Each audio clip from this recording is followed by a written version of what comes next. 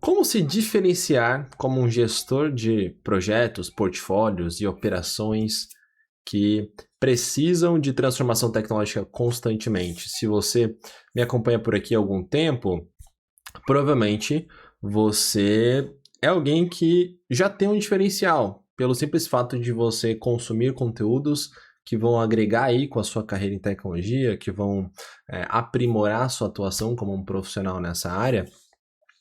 E esse consumo de conteúdo que vai te ajudar não necessariamente vai fazer você se tornar um profissional que tem um diferencial. Você precisa aplicar isso, você precisa gerar resultado e ter aquela visão sobre uma melhoria contínua e também os desafios de sustentação. E esse conteúdo aqui é justamente para mostrar como eu fiz para me diferenciar em um contexto extremamente complexo e desafiador. Então a prova que eu consegui essa diferenciação foi esse troféu aqui que eu recebi. Olha só, Agostinho, destaque que é um de 2026. Estou tampando o nome da empresa aqui porque eu não tenho autorização para divulgar, mas se você entrar no meu LinkedIn aí, você vai ver. E é claro, eu recebi esse troféu, mas eu considero que é um troféu de toda a equipe, toda a squad lá que eu tive a oportunidade de contribuir com a gestão e também, inclusive, pela perspectiva do cliente, né? Então, se você tem um bom cliente, ele vai conseguir gerar esses resultados também diferenciados, né, contigo. E esse conteúdo é justamente para mostrar como que eu fiz para me diferenciar em um contexto específico e como eu acho que você deve fazer também, beleza? Então, a motivação para esse conteúdo é justamente essa, né? Que em abril de 2026, após o término do primeiro trimestre desse ano, eu ganhei um prêmio de reconhecimento da empresa que atuo como gestor de portfólio de projetos de tecnologia. E após ter ganho esse prêmio, eu pensei, poxa, eu vou compartilhar com o pessoal como que eu transformei o ambiente que eu cheguei lá. Na verdade, eu cheguei lá final de 2025, né? Eu comecei nessa empresa em outubro de 2025, e aí no primeiro trimestre eu fui aí premiado com esse troféuzinho aqui muito bacana. Fiquei bem feliz de ter ganhado esse troféu como destaque de 2026. Eu vou contar para vocês aí o que eu acho que foi importante para eu e toda a minha equipe ter conseguido esse reconhecimento, tá? Porque, novamente reforço, eu não considero que é um troféu meu, apesar de eu liderar a equipe, o resultado é gerado por todas as pessoas, né? Uma pessoa sozinha ela não consegue fazer isso de forma alguma, beleza? Então eu vou mostrar aqui para você o cenário que eu encontrei e como que nós como equipe fomos mudando esse cenário para conseguirmos esse prêmio juntos, tá? Então, se você quiser esse mapa mental depois, é só você responder o NPS desse vídeo aqui embaixo e aí você vai receber esse mapa mental, tá bom? Então vamos lá. Bom, o cliente, né, ele tinha ali desafios para gerenciar múltiplos projetos de tecnologia simultaneamente e operações de suporte a um produto que recebia múltiplas entregas de projeto. Então esse era o cenário inicial. Sim, ó, tá difícil gerenciar múltiplos projetos e suporte também. Então é um produto que tem mudanças que vêm de uma equipe de produto e tem mudanças que vêm de uma esteira de DevOps ali dos projetos.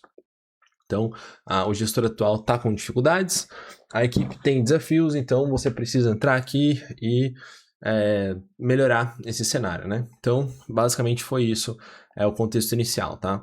Aí, quais foram os desafios? Ó, eu listei aqui 5 principais desafios pela minha perspectiva e justamente o sequenciamento, né, de como eles foram sendo implantados. Então, a primeira coisa é que a homologação do cliente, ela era afetada por entregas de projeto. Então, se você não sabe, a homologação é justamente um ambiente ali que recebe as transformações, tanto no caso ali da equipe de produto, quanto da equipe de projeto, e você precisa testar naquele ambiente as mudanças que foram feitas. E o cliente estava testando mudanças que eram feitas, só que eventualmente ele via problemas. E por que ele via problemas? Pelo seguinte cenário, veja, ó, como que era antes, né? Tinha um ambiente de homologação único, tanto para o cliente quanto para os QAs. E após o deploy dos projetos, então quando recebia ali naquele ambiente as mudanças dos projetos, o cliente estava testando entregas anteriores. Né? Então, pensa, o cliente está testando uma versão lá, por exemplo, a versão 2, tá? Só que subia naquele projeto, naquele ambiente, coisas já da versão 3. Então, ok, ele está testando coisas da versão 2, só que eventuais falhas na versão 3 comprometiam a versão 2, né? Então, ele estava testando, mas algumas delas tinham problemas, porque eram entregas anteriores, não as de projeto. e aí isso comprometia o ambiente de homologação do cliente, né? Então, como que ficou? A gente separou, né? Criou um ambiente a mais de homologação do cliente separado dos QAs da equipe de projeto, né? E o benefício é o quê? Que o cliente ele testa em um ambiente estável, que não pode ser afetado pelas últimas entregas do projeto por ele estar em uma outra versão. Então, isso aqui é um ponto importante, né? Nós temos lá, digamos assim, 2 produtos e um dos produtos isso aconteceu. O outro produto ainda não. Então, a gente está na busca por isso, tá? Mas está no radar, os benefícios já são bem claros e todo mundo sabe que precisa entregar isso, mas ainda não foi feito. Mas eu entendo que já foi um diferencial importante e a própria equipe que trouxe essa necessidade, né? Então, o que eu fiz foi basicamente trabalhar ali com todo mundo para que isso acontecesse, tá? O segundo ponto que eu vi é que existia uma liderança, o líder do portfólio ele estava sobrecarregado. Por quê? Olha como que era a equipe inicial, ó. A equipe inicial era formada pelo gestor de portfólio, que no caso era o meu antecessor, e depois, né, eu comecei a atuar nessa posição.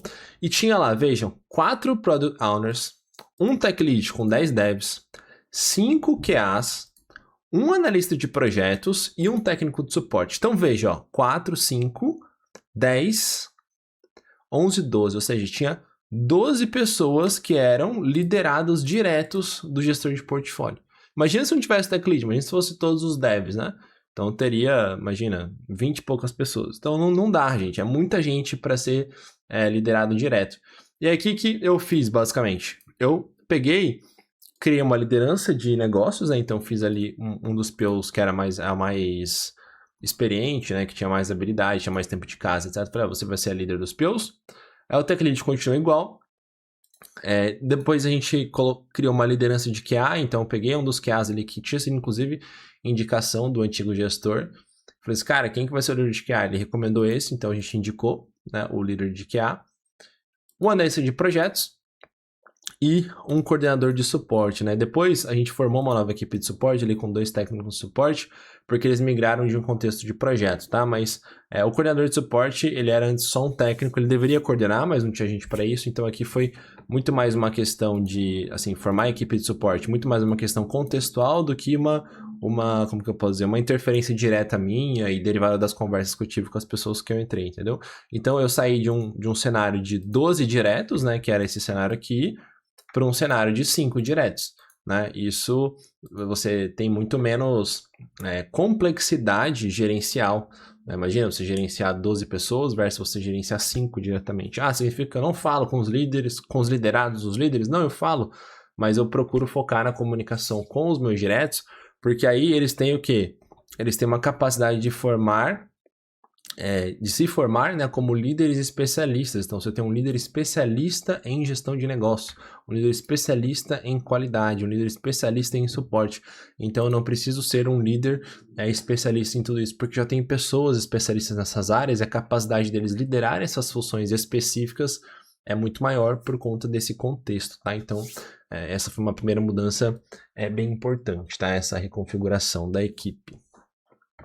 A segunda coisa era a gestão de dados do backlog ineficiente. Então, como que era, né? A equipe usava o Azure DevOps para gerenciar ali as próprias tarefas, né? Os épicos, as features, os incidentes, os bugs ou as histórias de usuário. E o cliente usava o Jira, tá? E aí existe uma planilha, tá? Uma planilha que ela tinha uma função de integrar os dados, né? Então, ela recebia alguns dados ali do Azure DevOps, né, e outros do Jira. O problema é que, como o foco era atualizar a planilha e não os sistemas internos e do cliente, isso gerava atraso na visualização de dados em tempo real, porque o foco era atualizar a planilha. Imagina, eu precisava ficar pegando informação dos dois. E aí eu basicamente fiz o quê? Eu falei, não, gente, a gente vai olhar para o Azure DevOps, o cliente vai olhar para o Jira e eu vou ter dados compartilhados. Então, por exemplo, o nome da história lá dentro do Azure DevOps, ela tem o nome da história no Jira. E o nome da história no Jira, beleza, o cliente cria lá com o nome que ele determina, porque é o PO do cliente que cria, mas eu vou colocar lá como texto mesmo o código do Azure DevOps, entendeu? Então o código da OS ele é compartilhado e outros comentários úteis também, eventualmente são compartilhados nos 2 lugares, tá? Então isso gera bastante eficiência de dados, porque está todo mundo olhando para fonte de dados que precisa representar da melhor forma possível a realidade, não uma planilha integradora que só uma pessoa acessa, né? Você já tem dois sistemas, mas você tem um terceiro, a planilha ela criava esse efeito, tá?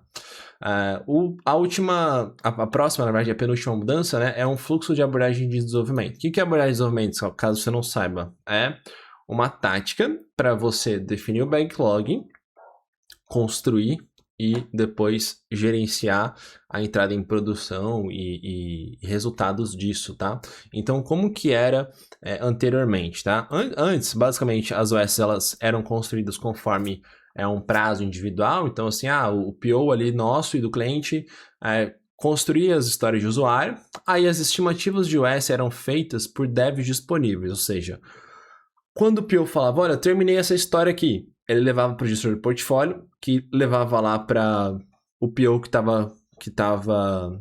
Na verdade, ele não levava para ele de PO, né? Ele recebia a história de usuário do PO, aí ele virava para o Tech Lead e falava bem assim, olha, tem uma história pronta. Pega um dev disponível aí seu, pede para ele estimar e se não é momento, digamos, a gente fazer a sprint planning, ela fica ali parada no backlog como a estimar. Se já é o momento, digamos assim, próximos dias, a gente vai levar isso para a estimativa com o cliente. E a cada 3 semanas, basicamente, né, era necessário mapear quais histórias de usuários estavam prontas e estimadas para inserir na planning. Né?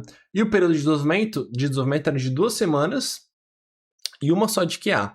E a planning era feita basicamente olhando horas totais versus horas estimadas, né? Então tinha uma planilha lá com uma coluna de horas totais, tinha um dado na verdade, né? E aí você ia empilhando as OSs, quando chegava próximo das horas totais, já considerava que, digamos assim, você tinha lá uma determinada quantidade estimada de uso da capacidade total, tá?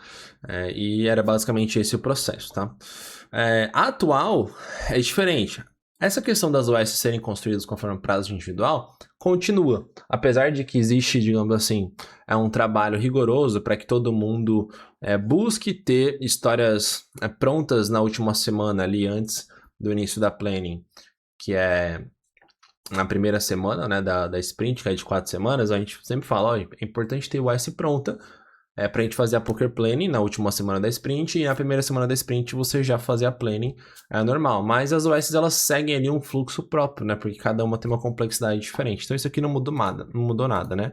Mas isso aqui já é um ponto que mudou. As estimativas das histórias elas são feitas uma semana antes da planning em um ritual de poker planning. Às vezes a gente tem poker planning em 2 semanas seguidas, mas é menos comum, tá?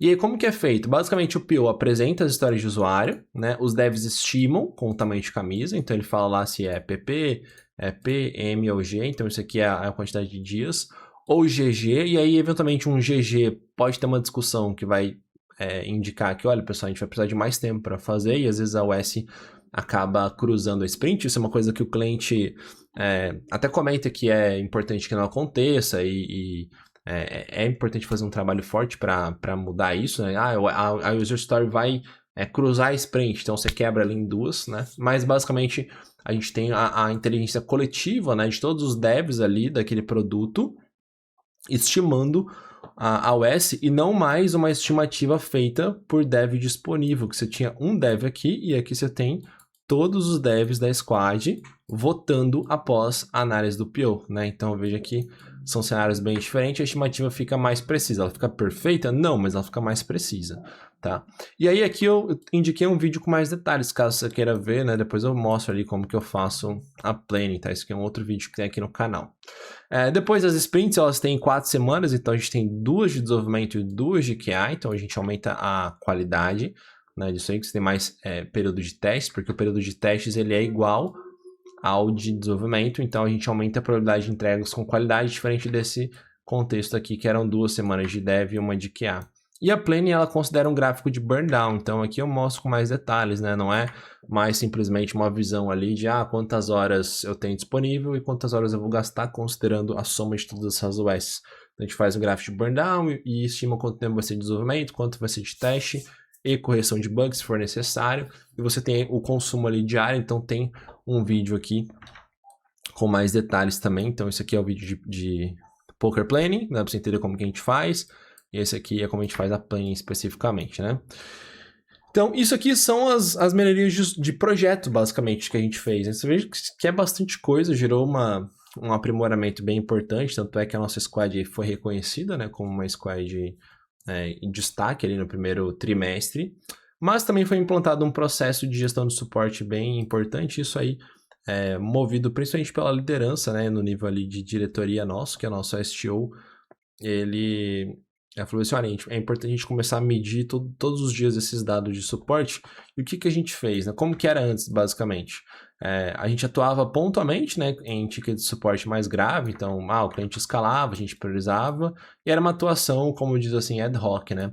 Hoje em dia, a gente tem 2 weeklies, né, de suporte com o cliente para priorização, para falar o que é prioridade, tirar dúvidas, enfim, ter algum alinhamento ali do que do que demanda essa interação entre as pessoas.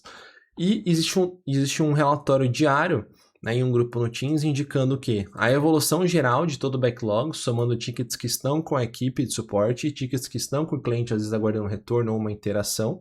Então a gente mapeia isso e faz uma gestão de riscos quando tem picos históricos, ou seja, quando o backlog total está próximo do máximo histórico, gente, o que está acontecendo? O que a gente pode fazer eventualmente para reduzir isso? Porque a gente tem um padrão de o quanto é bom e o quanto foi o pior histórico, né, de resultados. Isso tanto para evolução total, quanto para a evolução do que está com a nossa equipe e o que está com o cliente. Então, como a gente olha esses indicadores todos os dias, a gente faz uma gestão de riscos diária e entendo que isso aí também gera um resultado de estabilização ali do backlog, tá? Então, eu espero que você tenha gostado desse conteúdo aqui, com o que a gente fez para se diferenciar aí como uma squad de destaque. Isso aqui são aprendizados que eu apliquei no meu contexto. Se você quiser aprofundar no seu contexto, vamos dizer, putz, mas eu tô com esse desafio especificamente. Então, poxa, deixa um comentário aqui com alguma dúvida sua, eu posso te ajudar, ou se você quiser saber mais, digamos assim, sobre o método que eu ensino para vocês aqui na internet, eu tenho aí diversos alunos e mentorados para gerenciar melhor os projetos de tecnologia, então tudo isso aqui que eu mostrei para vocês deriva do conhecimento de um método chamado gestão híbrida de software e diversos conteúdos que eu publico aqui, alguns conteúdos pagos, outros conteúdos gratuitos, sobre como aprimorar a gestão dos seus projetos de tecnologia para que você se torne um gestor de projeto de software fora da média. Se você quer conhecer mais sobre esse trabalho, acesse aqui agostinrios.com.br/escola, veja lá uma aula gratuita te mostrando como dar os primeiros passos e poder aplicar esse tipo de transformação no seu contexto a partir de um conhecimento que vem sendo construído ao longo de vários anos e tem várias provas de sucesso. Essa aqui é apenas mais uma delas, que sim, depende de uma pessoa com conhecimento de um método, mas é entregue de fato para uma equipe bem competente, orientada e muito, digamos assim, como que eu posso dizer, capaz mesmo, né, de gerar resultados extraordinários. Por isso que é uma conquista de grupo que eu me sinto, assim, muito feliz por ter conquistado, inclusive o cliente também, né? Então isso é um ponto bem importante. E para finalizar, eu tinha esquecido disso, né? Principais aprendizados, né? Então vejam, ó, ainda existe oportunidade de melhoria. Então, como eu digo, né? Poxa, a gente aplicou todas essas melhorias, tá tudo perfeito? Claro que não. Sempre existe oportunidade de melhoria e é importante você ter isso no radar, tá? A inteligência coletiva é a melhor fonte de informações sobre as melhorias necessárias. Como eu falei, não veio tudo isso aqui da minha cabeça. Isso é construído pela equipe ao longo do tempo, né? Então isso é um trabalho que gerou um resultado ali de destaque. Ganhamos o troféu, etc. Em 3 meses, beleza, mas o conhecimento sobre isso ele foi construído ao longo de muito mais tempo, né? Porque, como eu falei para você, quando eu cheguei, já existia conhecimento sobre algumas dessas melhorias, o quanto elas eram necessárias, então o que foi feito foi basicamente implantar ali ao longo do tempo, né?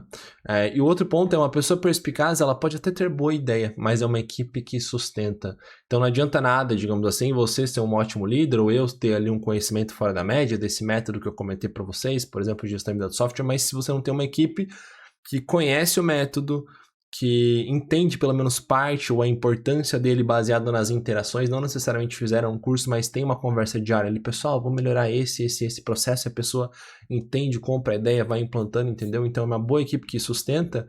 E um outro ponto é um cliente maduro sempre está aberto a melhorias, desde que bem estruturadas. Então isso também é uma construção do cliente. Cliente maduro tem aquela visão de melhorias constante ele vai ser alguém que vai construir um ambiente super fértil para que essas transformações sejam bem sucedidas e você crie um ambiente cada vez melhor. Então, esses são aprendizados bem importantes, tá bom? Se você gostou desse conteúdo, não deixe de deixar o seu like.